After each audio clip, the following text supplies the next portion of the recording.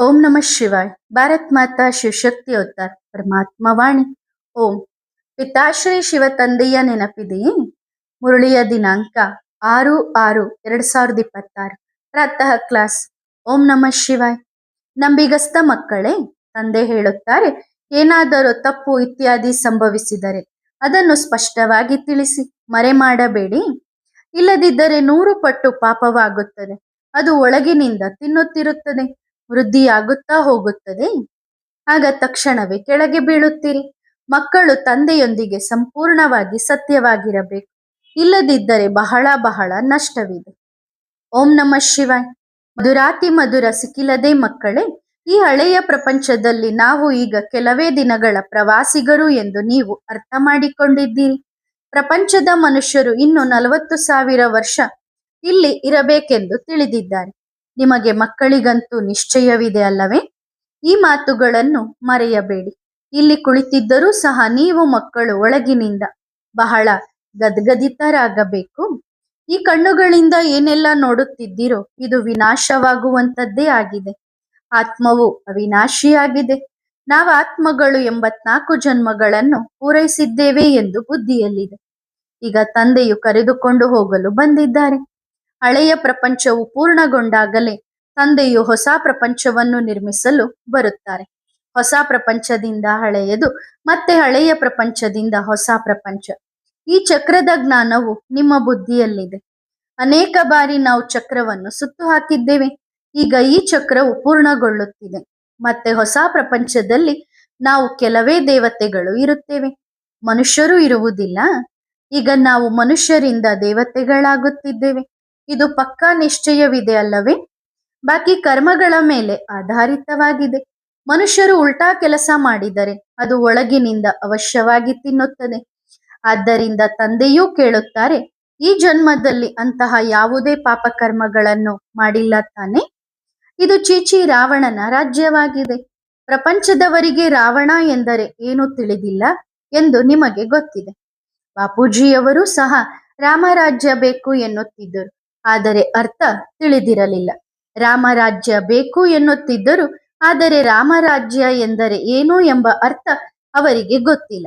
ಈಗ ಬೇಹದ್ದಿನ ತಂದೆಯು ರಾಮರಾಜ್ಯವು ಯಾವ ರೀತಿಯಲ್ಲಿ ಇರುತ್ತದೆ ಎಂದು ತಿಳಿಸುತ್ತಿದ್ದಾರೆ. ಇದು ಅಂಧಕಾರದ ಪ್ರಪಂಚವಾಗಿದೆ. ಈಗ ಬೇಹದ್ದಿನ ತಂದೆಯು ನಿಮಗೆ ಮಕ್ಕಳಿಗೂ ಆಸ್ತಿಯನ್ನು ನೀಡುತ್ತಿದ್ದಾರೆ. ಈಗ ನೀವು ಭಕ್ತಿ ಮಾಡುತ್ತೀರಿ. ಭಕ್ತಿಯ ಅಂಧಕಾರದ ರಾತ್ರಿಯಲ್ಲಿ ನೀವು ಅಲೆದಾಡುತ್ತಿದ್ದೀರಿ. ಈಗ ತಂದೆಯ ಕೈ ಸಿಕ್ಕಿದೆ. ತಂದೆಯ ಆಸರೆ ಇಲ್ಲದೆ ನೀವು ವಿಷಯ ವೈತರಣಿ ನದಿಯಲ್ಲಿ ಮುಳುಗುತ್ತಿದ್ದೀರಿ. ಗುರುಗಳು, ಗೋಸಾಯಿಗಳು ಇತ್ಯಾದಿ ಎಲ್ಲರೂ ಮುಳುಗಿಸುತ್ತಲೇ ಇರುತ್ತಾರೆ. ಅರ್ಧ ಕಲ್ಪವು ಭಕ್ತಿಯೇ ಆಗಿದೆ. ಜ್ಞಾನ ಸಿಗುವುದರಿಂದ ನೀವು ಹೊಸ ಪ್ರಪಂಚ ಸತ್ಯಯುಗಕ್ಕೆ ಹೋಗುತ್ತೀರಿ.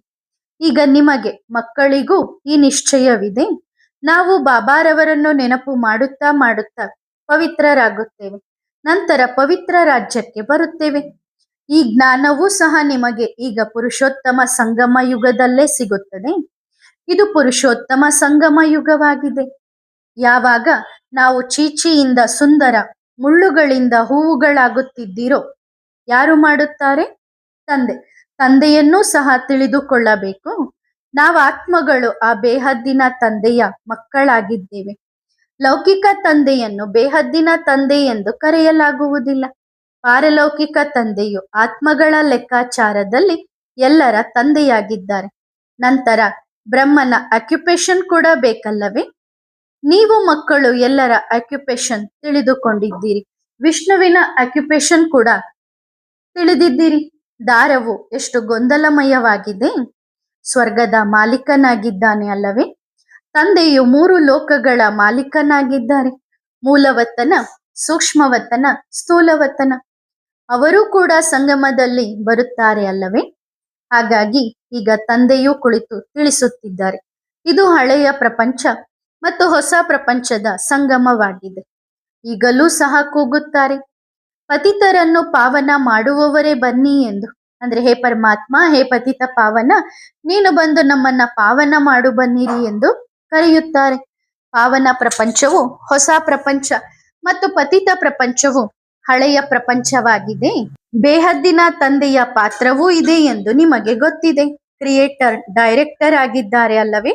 ಎಲ್ಲರಿಗೂ ಗೊತ್ತಿದೆ. ಹಾಗಾದರೆ ಅವಶ್ಯವಾಗಿ ಅವರ ಯಾವುದಾದರೂ ಚಟುವಟಿಕೆ ಇರುತ್ತದೆಯಲ್ಲವೇ? ಎಲ್ಲರಿಗೂ ಗೊತ್ತಿದೆ. ಅವರನ್ನು ಮನುಷ್ಯ ಎಂದು ಕರೆಯಲಾಗುವುದಿಲ್ಲ. ಅವರಿಗೆ ತಮ್ಮದೇ ಆದ ಶರೀರವಿಲ್ಲ. ಬಾಕಿ ಎಲ್ಲರನ್ನು ಮನುಷ್ಯ ಅಥವಾ ದೇವತೆ ಎಂದು ಕರೆಯುತ್ತಾರೆ. ಶಿವಬಾಬಾರನ್ನು ದೇವತೆ ಅಥವಾ ಮನುಷ್ಯ ಎಂದು ಕರೆಯಲು ಸಾಧ್ಯವಿಲ್ಲ, ಏಕೆಂದರೆ ಅವರಿಗೆ ಶರೀರವಿಲ್ಲ. ಇದನ್ನು ಟೆಂಪ್ರರಿ ಲೋನ್ ಆಗಿ ಪಡೆದಿದ್ದಾರೆ. ಗರ್ಭದಿಂದೇನೂ ಹುಟ್ಟಿಲ್ಲ. ಸ್ವಯಂ ಹೇಳುತ್ತಾರೆ, ಮಧುರ ಮಕ್ಕಳೇ, ಶರೀರವಿಲ್ಲದೆ ರಾಜಯೋಗವನ್ನು ಹೇಗೆ ಕಲಿಸಲಿ? ಜನರು ನಮ್ಮನ್ನು ಕಲ್ಲು ಮಣ್ಣುಗಳಲ್ಲಿ ಪರಮಾತ್ಮನಿದ್ದಾನೆ ಎಂದು ಹೇಳುತ್ತಾರೆ. ಆದರೆ ಈಗ ನೀವು ಅರ್ಥ ಮಾಡಿಕೊಂಡಿದ್ದೀರಿ ನಾನು ಹೇಗೆ ಬರುತ್ತೇನೆ ಎಂದು. ಈಗ ನೀವು ರಾಜಯೋಗವನ್ನು ಕಲಿಯುತ್ತಿದ್ದೀರಿ ಅಲ್ಲವೇ? ಯಾವುದೇ ಮನುಷ್ಯನು ಕಲಿಸಲು ಸಾಧ್ಯವಿಲ್ಲ. ದೇವತೆಗಳು ರಾಜಯೋಗಿಗಳಾಗಿದ್ದಾರೆ. ಅವರು ಹೇಗೆ ಆದರೂ ಅವಶ್ಯವಾಗಿ ಪುರುಷೋತ್ತಮ ಸಂಗಮ ಯುಗದಲ್ಲೇ ರಾಜಯೋಗ ಕಲಿತಿರಬೇಕು. ಹಾಗಾಗಿ ಈಗ ನೀವು ಮಕ್ಕಳಿಗೆ ಅಪಾರ ಸಂತೋಷವಿರಬೇಕು. ನಾವು ಈಗ 84 ಜನ್ಮಗಳ ಚಕ್ರವನ್ನು ಪೂರೈಸಿದ್ದೇವೆ ಎಂದು ಸ್ಮರಣೆ ಮಾಡಿರಿ. ತಂದೆಯು ಕಲ್ಪಕಲ್ಪಕ್ಕೂ ಬರುತ್ತಾರೆ.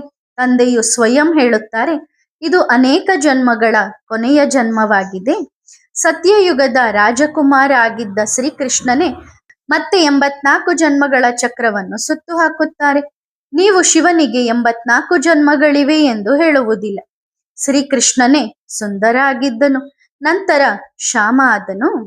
ಸೂರ್ಯವಂಶಿ ನಂತರ ಚಂದ್ರವಂಶಿ ಆದನು. ಈಗ ಬ್ರಾಹ್ಮಣ ಕುಲದಲ್ಲಿದ್ದಾನೆ.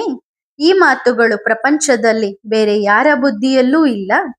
ನಿಮ್ಮಲ್ಲೂ ಸಹ ನಂಬರ್ವಾರ್ ಪುರುಷಾರ್ಥದ ಅನುಸಾರ ತಿಳಿದುಕೊಂಡಿದ್ದೀರಿ. ಮಾಯೆಯು ಬಹಳ ಕಠಿಣವಾಗಿದೆ. ಯಾರನ್ನೂ ಬಿಡುವುದಿಲ್ಲ. ತಂದೆಗೆ ಎಲ್ಲವೂ ತಿಳಿಯುತ್ತದೆ. ಮಾಯೆ ಎಂಬ ಮೊಸಳೆಯು ತಕ್ಷಣವೇ ನುಂಗಿಬಿಡುತ್ತದೆ. ಇದನ್ನು ತಂದೆಯು ಚೆನ್ನಾಗಿ ತಿಳಿದುಕೊಂಡಿದ್ದಾರೆ. ತಂದೆ ಯಾರು ಅಂತರ್ಯಾಮಿ ಎಂದು ತಿಳಿದುಕೊಳ್ಳಬೇಡಿ. ಅಲ್ಲ, ಎಲ್ಲರ ಚಟುವಟಿಕೆಯಿಂದ ಕರ್ಮದಿಂದ ತಿಳಿಯುತ್ತಾರೆ. ಮಾಯೆ ಕಚ್ಚಾ ಕಚ್ಚಾಗಿಯೇ ನುಂಗಿಬಿಡುತ್ತದೆ. ಅಂತಹ ಅನೇಕ ಮಾತುಗಳು ನೀವು ಮಕ್ಕಳಿಗೆ ತಿಳಿಯುವುದಿಲ್ಲ. ತಂದೆಗೆ ಎಲ್ಲವೂ ತಿಳಿಯುತ್ತದೆ. ಮನುಷ್ಯರು ನಂತರ ಅಂತರ್ಯಾಮಿ ಎಂದು ತಿಳಿದುಕೊಳ್ಳುತ್ತಾರೆ.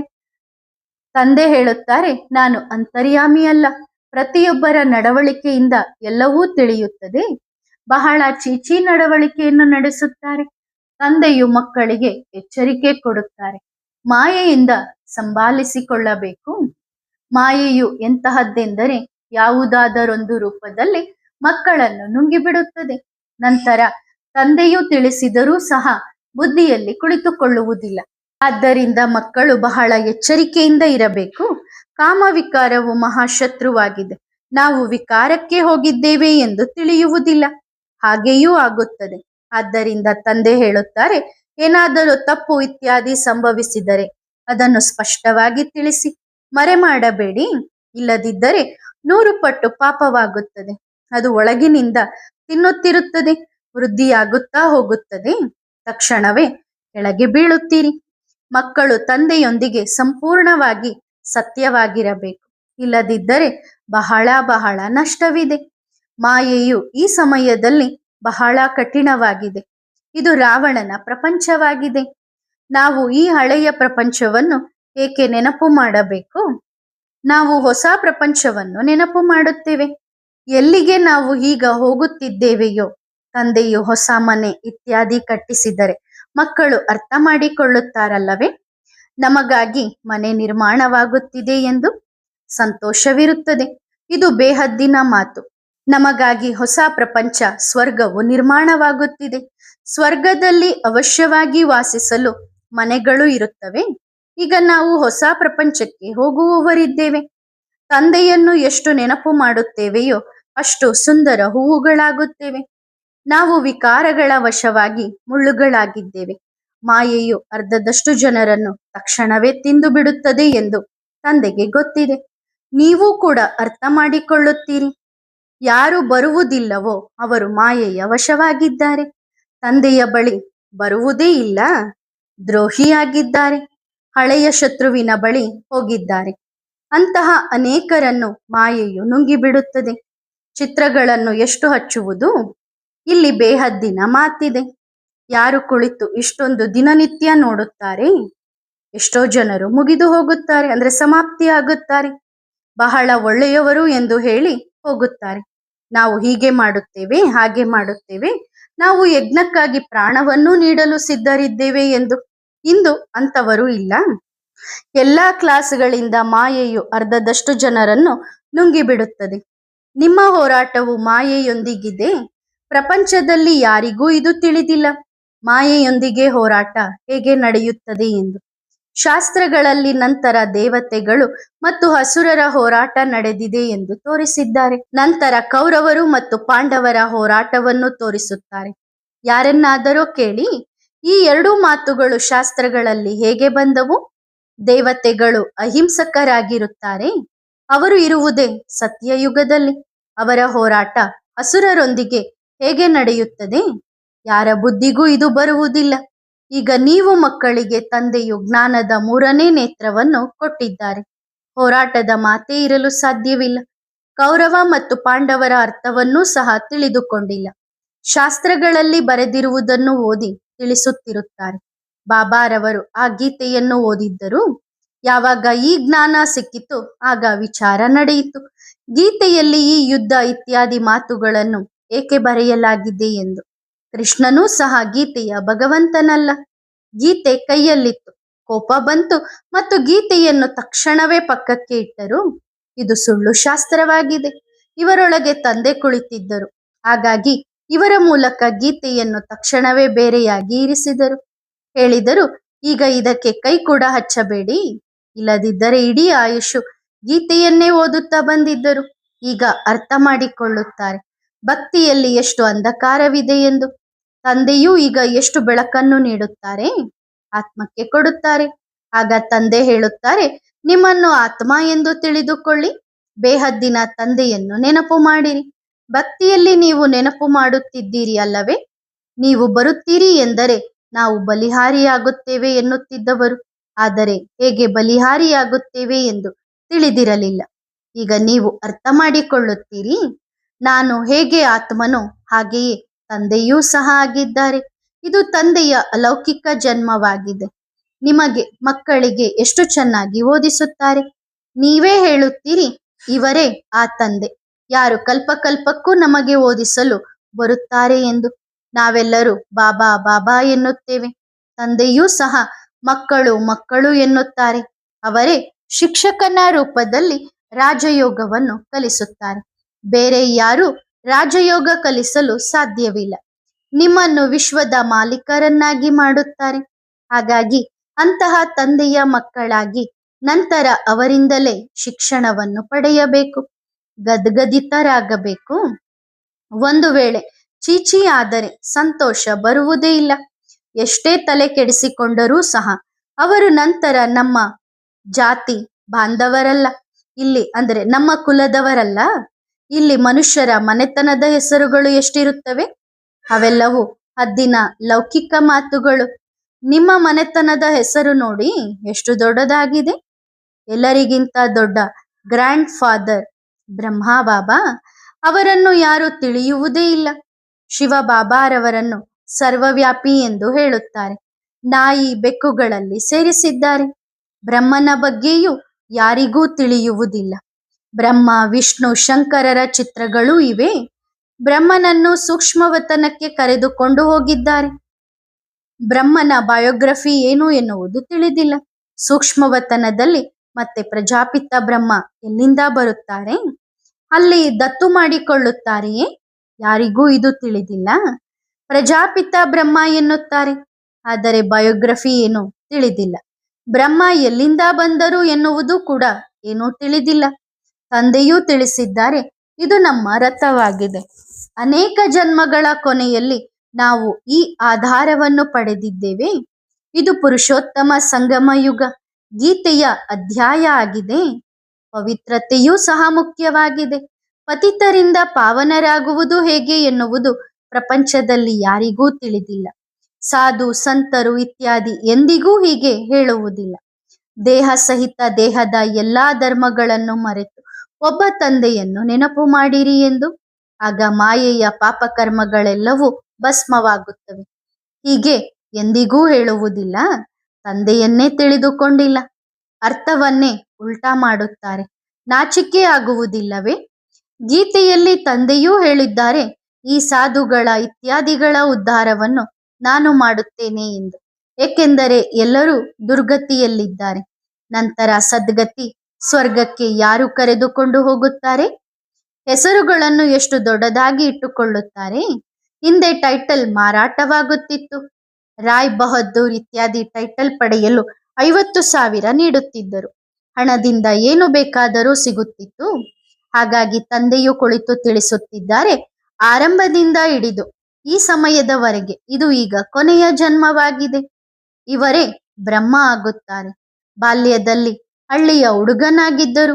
84 ಜನ್ಮಗಳನ್ನು ಇವರೇ ಪಡೆದಿದ್ದಾರೆ ಅಲ್ಲವೇ, ಮೊದಲಿನಿಂದ ಕೊನೆಯವರೆಗೆ. ಹಾಗಾಗಿ ಹೊಸ ಪ್ರಪಂಚವು ನಂತರ ಹಳೆಯದಾಗುತ್ತದೆ. ಈಗ ನೀವು ಮಕ್ಕಳ ಬುದ್ಧಿಯ ಬೀಗ ತೆರೆದಿದೆ. ನೀವು ಅರ್ಥ ಮಾಡಿಕೊಳ್ಳಬಹುದು, ಧಾರಣೆ ಮಾಡಿಕೊಳ್ಳಬಹುದು. ಈಗ ನೀವು ಬುದ್ಧಿವಂತರಾಗಿದ್ದೀರಿ, ಹಿಂದೆ ಬುದ್ಧಿಹೀನರಾಗಿದ್ದೀರಿ. ಈ ಲಕ್ಷ್ಮೀನಾರಾಯಣರು ಬುದ್ಧಿವಂತರು ಮತ್ತು ಇಲ್ಲಿ ಬುದ್ಧಿಹೀನರಿದ್ದಾರೆ. ಎದುರಿಗೆ ನೋಡಿ, ಇವರು ಪ್ಯಾರಡೈಸ್ನ ಮಾಲೀಕರಾಗಿದ್ದಾರೆ ಅಲ್ಲವೇ. ಕೃಷ್ಣನು ಸ್ವರ್ಗದ ಮಾಲೀಕನಾಗಿದ್ದನು, ನಂತರ ಹಳ್ಳಿಯ ಹುಡುಗನಾದನು. ಹಾಗಾಗಿ ನೀವು ಮಕ್ಕಳು ಇದನ್ನು ಧಾರಣೆ ಮಾಡಿ ನಂತರ ಪವಿತ್ರರಾಗುವುದು ಕೂಡ ಅವಶ್ಯಕವಾಗಿದೆ. ಮುಖ್ಯವಾದದ್ದು ಪವಿತ್ರತೆಯ ಮಾತೇ ಆಗಿದೆ. ಬರೆಯುತ್ತಾರೆ ಕೂಡ, ಬಾಬಾ, ಮಾಯೆಯು ನಮ್ಮನ್ನು ಕೆಳಗೆ ಬೀಳಿಸಿತು, ಕಣ್ಣುಗಳು ಕ್ರಿಮಿನಲ್ ಆದವು. ತಂದೆ ಹೇಳುತ್ತಾರೆ, ನಿಮ್ಮನ್ನು ನೀವು ಆತ್ಮ ಎಂದು ತಿಳಿದುಕೊಳ್ಳಿ. ಅಷ್ಟೇ. ಈಗ ಮನೆಗೆ ಹೋಗಬೇಕು, ತಂದೆಯನ್ನು ನೆನಪು ಮಾಡಬೇಕು. ಸ್ವಲ್ಪ ಸಮಯದವರೆಗೆ ಶರೀರ ನಿರ್ವಹಣೆಗಾಗಿ ಕರ್ಮ ಮಾಡಿ, ನಂತರ ನಾವು ಹೋಗುತ್ತೇವೆ. ಈ ಹಳೆಯ ಪ್ರಪಂಚದ ವಿನಾಶಕ್ಕಾಗಿ ಯುದ್ಧವೂ ನಡೆಯಬೇಕಿದೆ. ಯುದ್ಧವು ಹೇಗೆ ನಡೆಯುತ್ತದೆ ಎನ್ನುವುದನ್ನು ನೀವು ನೋಡಿರಿ. ನಾವು ದೇವತೆಗಳಾಗುತ್ತಿದ್ದೇವೆ ಎಂದರೆ ನಮಗೆ ಹೊಸ ಪ್ರಪಂಚ ಅವಶ್ಯವಾಗಿ ಬೇಕು ಎಂದು ಬುದ್ಧಿಯಿಂದ ಅರ್ಥ ಮಾಡಿಕೊಳ್ಳುತ್ತೀರಿ. ಆದ್ದರಿಂದ ವಿನಾಶವು ಅವಶ್ಯವಾಗಿ ನಡೆಯುತ್ತದೆ. ನಾವು ನಮ್ಮ ಹೊಸ ಪ್ರಪಂಚವನ್ನು ಶ್ರೀಮತದಂತೆ ಸ್ಥಾಪನೆ ಮಾಡುತ್ತಿದ್ದೇವೆ. ಬಾಬಾ ಸ್ಥಾಪನೆ ಮಾಡುವುದಿಲ್ಲ. ಬಾಬಾ ಪತಿತರೇನಲ್ಲ, ಯೋಗ ಜೋಡಿಸಿ ಪಾವನರಾಗಲು ಇಲ್ಲ. ನೀವು ಮಕ್ಕಳು ಪತಿತರಿಂದ ಪಾವನರಾಗುತ್ತೀರಿ. ನೀವೇ ಪಾವನ ಪ್ರಪಂಚವನ್ನು ನಿರ್ಮಿಸುತ್ತೀರಿ. ತಂದೆ ಹೇಳುತ್ತಾರೆ, ನಾನು ನಿಮ್ಮ ಸೇವೆಯಲ್ಲಿ ಉಪಸ್ಥಿತನಾಗಿದ್ದೇನೆ. ನೀವು ಪತಿತರನ್ನು ಬಂದು ಪಾವನ ಮಾಡಿ ಎಂದು ಬೇಡಿಕೊಂಡಿದ್ದೀರಿ. ಹಾಗಾಗಿ ನಿಮ್ಮ ಕರೆಯ ಮೇರೆಗೆ ನಾನು ಬಂದಿದ್ದೇನೆ. ನಿಮಗೆ ಬಹಳ ಸುಲಭವಾದ ದಾರಿಯನ್ನು ತಿಳಿಸುತ್ತೇನೆ. ಮನ್ಮನ ಭವ ಭಗವಾನುವಾಚ ಅಲ್ಲವೇ. ಕೇವಲ ಕೃಷ್ಣನ ಹೆಸರನ್ನು ನೀಡಿದ್ದಾರೆ. ತಂದೆಯ ನಂತರದ ಸ್ಥಾನ ಕೃಷ್ಣನದ್ದಾಗಿದೆ. ಅವರು ಪರಮಧಾಮದ ಮಾಲೀಕರು. ಹಾಗಾದರೆ ಇವರು ವಿಶ್ವದ ಮಾಲೀಕರು. ಸೂಕ್ಷ್ಮವತನದಲ್ಲಿ ಏನೂ ಇರುವುದಿಲ್ಲ. ಎಲ್ಲರಿಗಿಂತ ನಂಬರ್ 1 ಶ್ರೀಕೃಷ್ಣ. ಅವರನ್ನು ಎಲ್ಲರೂ ಬಹಳ ಪ್ರೀತಿಸುತ್ತಾರೆ. ಬಾಕಿ ಉಳಿದವರು ನಂತರ ಬಂದಿದ್ದಾರೆ. ಸ್ವರ್ಗಕ್ಕೆ ಎಲ್ಲರೂ ಹೋಗಲು ಸಾಧ್ಯವಿಲ್ಲ. ಹಾಗಾಗಿ ನೀವು ಮುದ್ದಾದ ಮಕ್ಕಳಿಗೆ ಆಂತರಿಕ ಸಂತೋಷವಿರಬೇಕು. ಕೃತಕ ಸಂತೋಷವು ನಡೆಯಲು ಸಾಧ್ಯವಿಲ್ಲ. ಹೊರಗಿನಿಂದ ವಿಧ ವಿಧವಾದ ಜನರು ಬಾಬಾರವರ ಬಳಿ ಬರುತ್ತಾರೆ. ಕೆಲವೊಮ್ಮೆ ಪವಿತ್ರರಾಗಿ ಇರುವುದಿಲ್ಲ. ಬಾಬಾ ತಿಳಿಸುತ್ತಿದ್ದರು, ವಿಕಾರಕ್ಕೆ ಹೋಗುತ್ತೀರಿ ಎಂದ ಮೇಲೆ ಮತ್ತೆ ಏಕೆ ಬರುತ್ತೀರಿ? ಅವರು ಹೇಳುತ್ತಿದ್ದರು, ಏನು ಮಾಡುವುದು, ಇರಲು ಸಾಧ್ಯವಾಗುತ್ತಿಲ್ಲ. ಪ್ರತಿದಿನ ಹೋಗುತ್ತೇನೆ, ಆದರೆ ಇಲ್ಲಿಗೆ ಬರುತ್ತೇನೆ. ಬಹುಶಃ ಯಾವುದಾದರೂ ಬಾಣ ತಗಲಬಹುದೇನೋ ಎಂದು. ನಿಮ್ಮ ಹೊರತು ನಮ್ಮ ಸದ್ಗತಿಯನ್ನು ಬೇರೆ ಯಾರು ಮಾಡುತ್ತಾರೆ ಎಂದು ಕೇಳುತ್ತಿದ್ದರು ಮತ್ತು ಬಂದು ಕುಳಿತುಕೊಳ್ಳುತ್ತಿದ್ದರು. ಮಾಯೆಯು ಎಷ್ಟು ಪ್ರಬಲವಾಗಿದೆ. ಬಾಬಾ ನಮ್ಮನ್ನು ಪತಿತರಿಂದ ಪಾವನ ಸುಂದರ ಹೂವುಗಳನ್ನಾಗಿ ಮಾಡುತ್ತಾರೆ ಎಂಬ ನಿಶ್ಚಯವು ಇರುತ್ತದೆ. ಆದರೆ ಏನು ಮಾಡುವುದು? ಮಾಯೆಯು ಬಹಳ ಪ್ರಬಲವಾಗಿದೆ. ಆದರೂ ಸತ್ಯವನ್ನಂತೂ ಹೇಳುತ್ತಿದ್ದೇನಲ್ಲವೇ. ಈಗ ಅವನು ಅವಶ್ಯವಾಗಿ ಸುಧಾರಿಸಿರಬಹುದು. ಇವರ ಮೂಲಕವೇ ನಾವು ಸುಧಾರಿಸುತ್ತೇವೆ, ಸುಧಾರಣೆಯಾಗುತ್ತೇವೆ ಎಂಬ ನಿಶ್ಚಯ ಅವನಿಗಿತ್ತು. ಈಗ ನಾನು ದೆಹಲಿಗೆ ಹೋಗಿ ಸಭೆಯಲ್ಲಿ ಕೇಳಿದರೆ ಅವನು ಯಾರಾಗಿದ್ದನು ಎಂದು, ಆಗ ಅವನು ಹೊರಬರಬಹುದು. ಅಥವಾ ಇರಬಹುದು, ಇಲ್ಲದಿರಬಹುದು. ಅನೇಕ ಮುಖ ಲಕ್ಷಣಗಳು ಇರುತ್ತವೆ. ಅಂದ್ರೆ ಅವರಿಗೆ ಜ್ಞಾನ ಮಾರ್ಗದಲ್ಲಿ ಇರ್ಬೋದು, ಇಲ್ಲದಿರಬಹುದು. ಇದ್ರೆ ಆ ವ್ಯಕ್ತಿ ನಾನೇ ಅಂತ ಮುಂದೆ ಬರ್ಬೋದು. ಈ ಸಮಯದಲ್ಲಿ ಎಷ್ಟು ಪಾತ್ರಧಾರಿಗಳಿದ್ದಾರೆ. ಒಬ್ಬರ ಮುಖ ಲಕ್ಷಣ ಇನ್ನೊಬ್ಬರೊಂದಿಗೆ ಹೋಲಿಕೆಯಾಗುವುದಿಲ್ಲ. ಮತ್ತೆ ಕಲ್ಪದ ನಂತರ ಇದೇ ಮುಖ ಲಕ್ಷಣಗಳು ಇರುತ್ತವೆ. ಪಾತ್ರವು ಪುನರಾವರ್ತನೆಯಾಗುತ್ತದೆ. ಆತ್ಮಗಳೆಲ್ಲವೂ ಫಿಕ್ಸ್ ಆಗಿವೆ. ಕೋಟ್ಯಾಂತರ ಪಾತ್ರಧಾರಿಗಳಿದ್ದಾರೆ. ಸಂಪೂರ್ಣವಾಗಿ ನಿಖರವಾದ ಪಾತ್ರವನ್ನು ಮಾಡುತ್ತಲೇ ಇರುತ್ತಾರೆ. ಯಾವುದೇ ವ್ಯತ್ಯಾಸವಿರಲು ಸಾಧ್ಯವಿಲ್ಲ. ಎಲ್ಲ ಆತ್ಮಗಳು ಅವಿನಾಶಿಯಾಗಿವೆ. ಅವುಗಳಲ್ಲಿ ಪಾತ್ರವೂ ಸಹ ಅವಿನಾಶಿಯಾಗಿ ಅಡಕವಾಗಿದೆ. ಎಷ್ಟು ಅರ್ಥ ಮಾಡಿಕೊಳ್ಳುವ ಮಾತುಗಳಿವೆ. ಇಷ್ಟೊಂದು ತಿಳಿಸಿದರೂ ಸಹ ಮರೆತು ಹೋಗುತ್ತಾರೆ. ಪ್ರತಿ ಕಲ್ಪವು ರಾಜ್ಯವು ಸ್ಥಾಪನೆ ಆಗಿಯೇ ಆಗುತ್ತದೆ. ಸತ್ಯಯುಗಕ್ಕೆ ಬರುವವರು ಕೆಲವೇ ಜನರು, ಅದು ಕೂಡ ನಂಬರ್ 1. ಒಬ್ಬರ ಪಾತ್ರವನ್ನು ಇನ್ನೊಬ್ಬರು ಅರ್ಥ ಮಾಡಿಕೊಳ್ಳಲು ಸಾಧ್ಯವಿಲ್ಲ. ಒಳ್ಳೆಯದು. ಓಂ. Good morning. ಆತ್ಮಿಕ ಮಕ್ಕಳು ಆತ್ಮಿಕ ತಂದೆಗೆ ಮಾಡುವ ನಮಸ್ತೆ ನಮಸ್ತೆ ನಮಸ್ತೆ. ಧನ್ಯವಾದ ಬಾಬಾ. ಶುಕ್ರಿಯ. ವರದಾನ: ಪರಿಶ್ರಮದಿಂದ ಮುಕ್ತ ಭವ. ಬಾಪ್ತಾದಾರವರಿಗೆ ಪರಿಶ್ರಮ ಪಡುವವರ ಮೇಲೆ ಕರುಣೆ ಬರುತ್ತದೆ. ಏಕೆಂದರೆ ನೀವು ಮಕ್ಕಳ ಜನ್ಮವು ವರದಾತ ತಂದೆಯ ಮೂಲಕವಾಗಿದೆ. ವರದಾನಿ ಜನ್ಮವಾದ ಮೇಲೆ ಮತ್ತೆ ಪರಿಶ್ರಮವೇ ಬ್ರಾಹ್ಮಣ ಆತ್ಮಗಳ ಮುಖ್ಯ ಆಧಾರ ಬುದ್ಧಿಯೋಗವಾಗಿದೆ. ಮಾಯೆಯೂ ಕೂಡ ಮೊದಲು ಬುದ್ಧಿಯ ಮೇಲೆ ದಾಳಿ ಮಾಡುತ್ತದೆ, ದುರ್ಬಲವನ್ನಾಗಿ ಮಾಡುತ್ತದೆ. ಯಾವುದರ ಮೂಲಕ? ಮಾಯೆಯ ವಿಶೇಷ ಬಾಣವು ವ್ಯರ್ಥ ಸಂಕಲ್ಪದ ರೂಪದಲ್ಲಿರುತ್ತದೆ. ಈ ಬಾಣದ ಮೂಲಕ ದಿವ್ಯ ಬುದ್ಧಿಯನ್ನು ದುರ್ಬಲವನ್ನಾಗಿ ಮಾಡುತ್ತದೆ ಮತ್ತು ದುರ್ಬಲವಾಗುವ ಕಾರಣ ಪರಿಶ್ರಮ ಅನಿಸುತ್ತದೆ. ಈ ಕಾರಣದ ನಿವಾರಣೆ ಸರ್ವಶಕ್ತಿವಂತ ತಂದೆಯ ಮೂಲಕ ಲಭಿಸಿರುವ ಮನನ ಶಕ್ತಿಯನ್ನು ಕಾರ್ಯದಲ್ಲಿ ತೊಡಗಿಸಿ, ಆಗ ಪರಿಶ್ರಮದಿಂದ ಮುಕ್ತರಾಗುತ್ತೀರಿ. ಒಳ್ಳೆಯದು. ಓಂ ನಮಃ ಶಿವಾಯ.